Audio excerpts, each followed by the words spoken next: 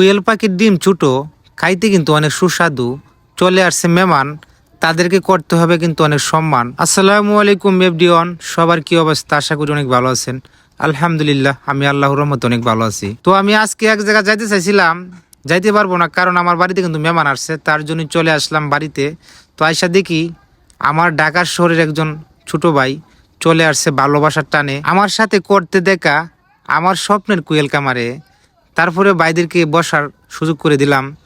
তখন বলতেছে, ভাই তো আপনাদের কামারটা আসলে অনেক সুন্দর। জি ভাই, আমি খুব সুন্দর করে কামারটা তৈরি করছিলাম, কিন্তু আমি কামারটা রাখতে পারবো না, কারণ বিক্রি করে দিতে হবে। আমি কিন্তু অনেকটাই অসুস্থ। তো তাদেরকে আমি কিন্তু আমার সাথে বসায় কিন্তু কুয়েল পাখির ডিম সিদ্ধ দিয়ে তাদের নাস্তার ব্যবস্থা করছি। তারা বলতেছে, ভাই চলে যাব। ভাই তোমাদের জন্য তেমন কিছু আমি করি নাই, কারণ কয়েক পিস কোয়েল পাখির ডিম সিদ্ধ দেওয়াইছি। জানি তোমাদের হাতে সময় খুব কম, যেহেতু তাকতা না, চলে যাবা, কিছু করার নেই। তো কয় পিস ডিমই খেয়ে যাও। সেই স্বাদ কোয়েল পাখির ডিম। জিনিসটা ছোট হইতে পারে, কিন্তু অনেক পুষ্টিকর। সবাই খাইবেন, শীতের মধ্যে অনেক কাজ আসবে ইনশাল্লাহ।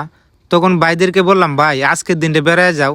তখন বলতেছে, ভাই হাতে সময় নাই, আসেন রাস্তায় যাই, কথা বলি, চলে যাব আমরা। তারপরে যে কাজটা করলাম, ছোট ভাইটা জিজ্ঞেস করতেছে, ভাই ভিডিও কোন টাইমে আপলোড দিলে বেশি ভিউ হবে?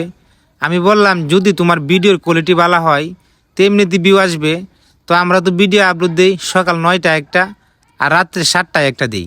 আর যদি 3টে দিই তো দিনও 2টা বাজে একটা দিই। তো এই 3টে টাইম মেনশন করে আমরা ভিডিওগুলো আপলোড দিই।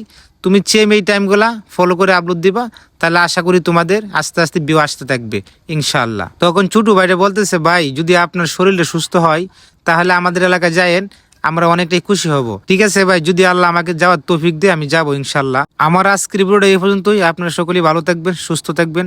আসসালামু আলাইকুম।